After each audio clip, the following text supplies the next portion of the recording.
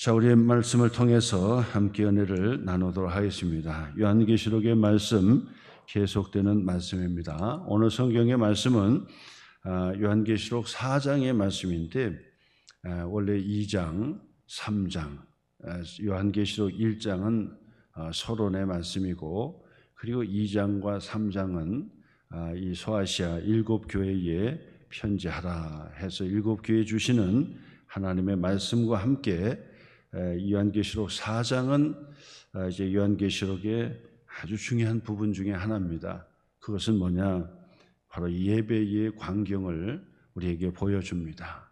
그 예배는 바로 천상의 예배입니다. 천상의 예배의 광경을 바로 이 말씀을 통해서 우리에게 보여줍니다.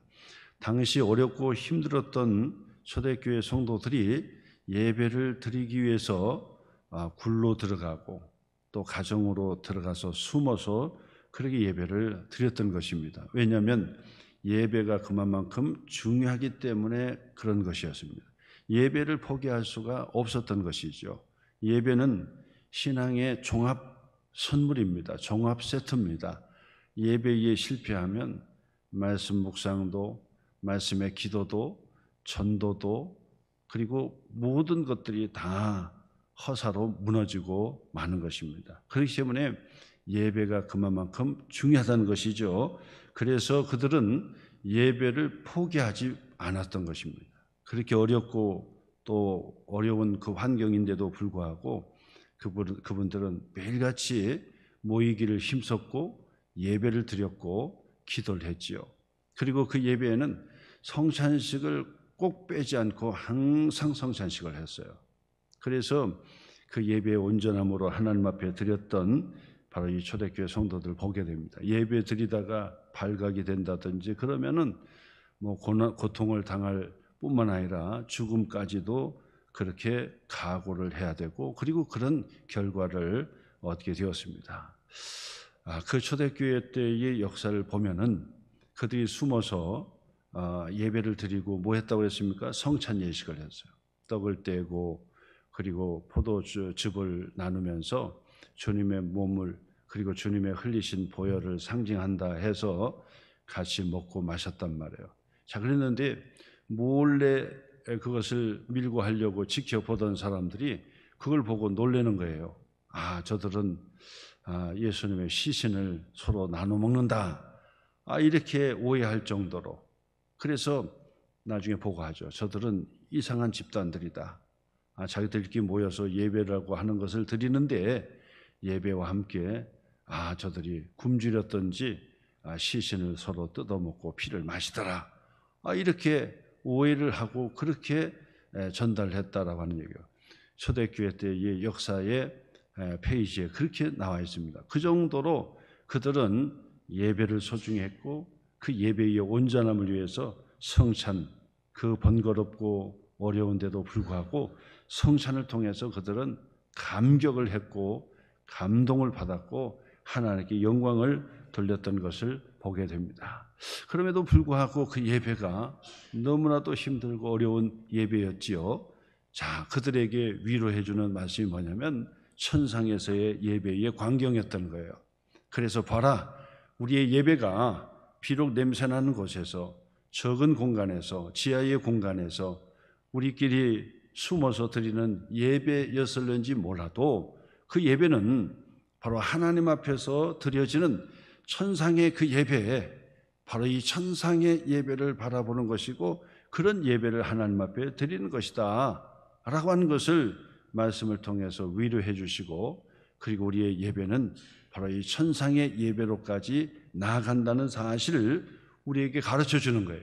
자, 그러면서 예배는 우리끼리 그냥 드리는 예배가 아니라 바로 하나님께서 받으시는 천상의 그 예배의 광경이 있다는 사실을 통해서 우리에게 도전해 주시고 위로해 주시고 그리고 예배를 회복하라고 우리에게 가르쳐주는 말씀이 되는 것입니다. 그래서 1절 말씀 보면 이 일 후에 7교회의 편지를 나누고 난 후에지요. 내가 보니 사도 요한이 보았습니다. 무엇을 보았습니까? 하늘에 열린 문이 있는데 하늘에 열린 문을 보았어요. 내가 들은 바 처음에 내게 말하던 나팔 소리 같은 음성이 내게 들려왔어요. 뭐라고 들려왔습니까? 이리로 올라오라. 천성의 문을 열고 이리로 올라오라 하기에 이후에 마땅히 일어날 일들을 내가 내게 보이리라 라고 말씀하시면서 이리로 올라오라 그런다고요. 그래서 그가 오늘 2절 말씀도 보세요. 내가 곧 성령이 감동되었더니 보라 하늘에 보좌를 베풀고 그 보좌 위에 앉으신 이가 있었다. 그러면서 사도 요한이 하늘 문을 열고 들어가서 천상의 그 광경, 천상에서의 예배의 광경을 그가 낱낱이 보고 기록해서 우리에게 가르쳐주는 말씀이 바로 이 말씀이에요. 자, 그래서 우리는 이 말씀을 통해서 항상 예배를 드릴 때마다 천상의 예배를 바로 기억하셔야 돼요. 그래서 천상에서의 예배가 이렇게 광경이 펼쳐지는구나 라고 하는 것을 우리가 기억하시면서 예배를 회복하시고 하나님 앞에서 예배, 살아있는 예배, 그리고 영과 진리로 드려지는 예배, 하나님의 기쁨이 되는 예배, 내 만족을 하고 나 중심의 예배가 아니라 하나님 중심의 예배, 영과 진리로 드려지는 산 예배, 그 예배를 하나님 앞에 드려야 되겠다라고 하는 그런 의식을 가지시고 그 예배의 그 의식을 잊지 마셔야 된다 그 얘기예요. 왜냐하면 우리가 신앙생활 다 잘해도 예배 실패하는 사람은 신앙을 실패하는 거예요.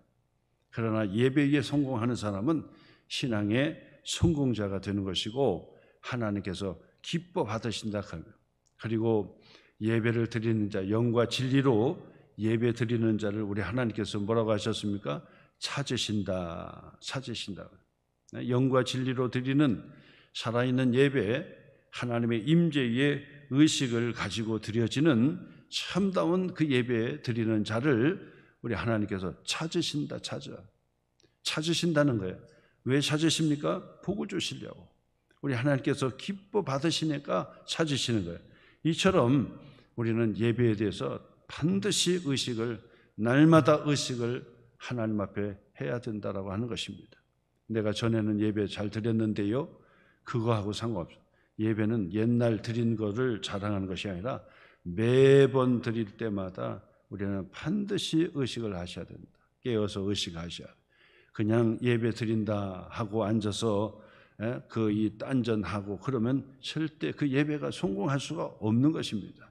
하나님 앞에서 주님의 말씀으로 주님의 은혜로 드려지는 그런 예배로 하나님 앞에 나가야 되는데, 천상의 예배의 광경을 여러분 한번 천천히 다 읽어보시면서 그 광경을 상상하실 수 있는 시간이 되기를 바라요. 3절 말씀부터 보세요. 앉으신 이의 모양이 벽옥과 녹보석 같고 또 무지개가 있어 보좌에 둘렸다. 근데 그 모양이 녹보석 같더라. 예배를 받으시는 성부 하나님의 그 보좌의 광경을 말로 이렇게 설명을 하고 있는 것입니다. 우리는 예배의 대상이 있지요. 예배의 대상이 내 자신일 수가 없어요. 예배의 대상이 바로 주변에 사람일 수가 없어요. 누구 들으라고, 누구 보라고 드리는 예배가 아니에요. 사람을 앉혀놓고 사람을 보라고 하는 것은 그것은 콘서트고 연극인 거죠. 그 연극과 콘서트는 사람에게 초점을 맞추고 그 사람의 대상이 되는 거예요. 근데 우리가 하나님 앞에 드려지는 그 예배는 어떤 사람에게, 특정한 사람에게 드려지는 예배가 아니라 바로 이 천상에 계신 여호와 하나님 앞에 드려지는 예배가 되는 것이다. 초대 대통령 이승만 대통령 장로님이셨지요. 그분이 바로 이 군부대에도 바로 이 목사님들이 필요하다 해서 군목제도를 처음으로 도입한 분이 바로 이승만 대통령. 미국에서 배우셔서 그렇게 하셨지요. 그래서 젊은 그 목사님들이 안수를 받고 계급장을 달고 그리고 군대에 들어가는 거예요. 그것도 이제 우리 목사님들은 들어갈 때 이 중위를 달고 들어가요. 그리고 중위를 달고 대위를 달고 그다음에 별은 없고 소령, 중령, 대령까지 그렇게 달고 제대를 하고 어떤 분들은 그 중간에 제대도 하고 그렇게 하죠. 군 목사님으로 지금도 계셔요. 뭐 육군, 뭐 해군, 공군 다 있고 그렇게 이제 이승만 대통령이 그것을 만들어 놓은 거예요.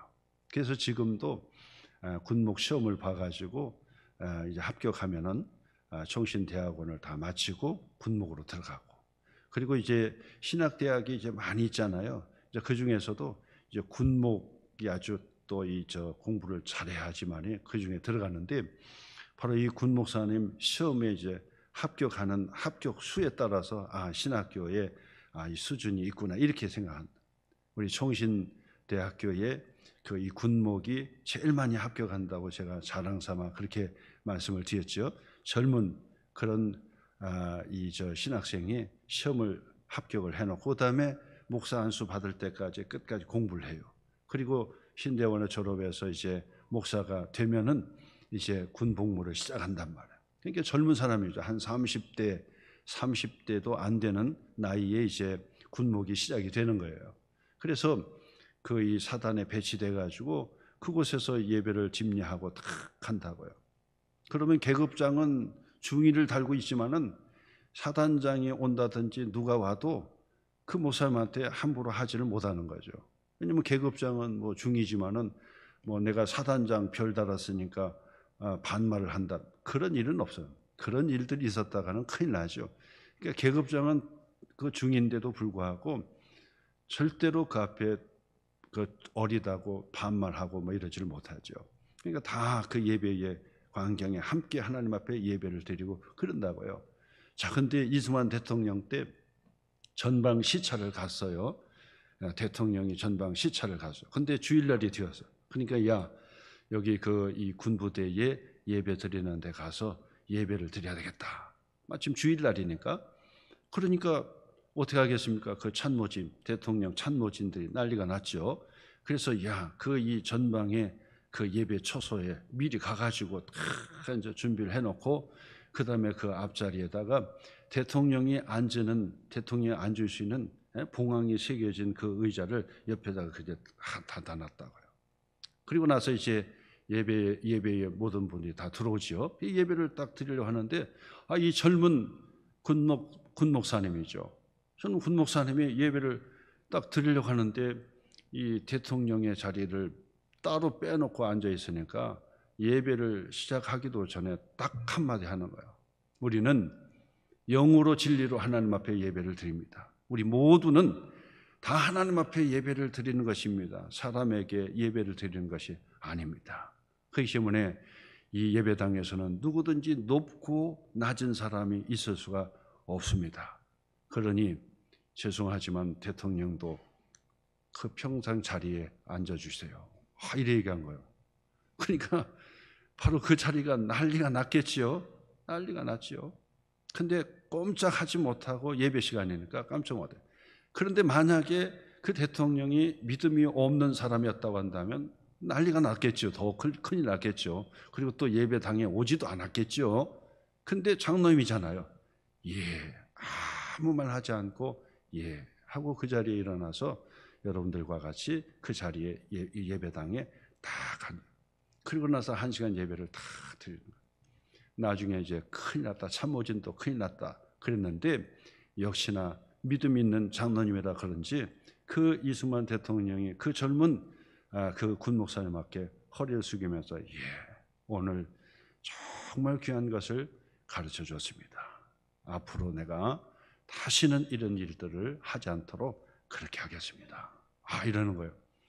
여러분 그 군 목사님의 이 용기도 있었지요. 그러나 또 그것을 받을 만한 신앙의 장로님이 있었다는 사실이죠. 얼마나 감사합니까? 여러분 주기철 목사님의 그 이야기도 바로 그런 얘기죠. 주기철 목사님하고 그 주기철 목사님이 예배를 드리는데 자기의 그 이 학교 스승 그 이 장로님이었어요. 그 조만식 장로님 너무 잘 알잖아요. 이북에서 순교를 하신 조만식 장로님, 그게 바로 이 주기철 목사님의 스승이었어요. 그러면서 그 교회 장로님이었어요. 근데 그분이 예배 시간에 조금 늦은 거예요. 계속 늦지 않는 장로님이고 그러는데 그날 예배 시간에 늦게 오신 거예요. 그러니까 이 주기철 목사님이, 젊은 목사님이 학교 스승님이거든요. 장로님이지만. 근데 예배 시간에 늦게 오니까 그 자리에서 예배 집례하다가 갑자기 장로님, 예배 시간에 왜 늦으셨습니까? 자리에 앉지 말고 뒤에 서 계세요. 이러는 거예요. 그러니까 이 조만식 장로님이 뒤에서 다 서가지고 예배 끝까지 예배 드리고 끝났다는 거예요.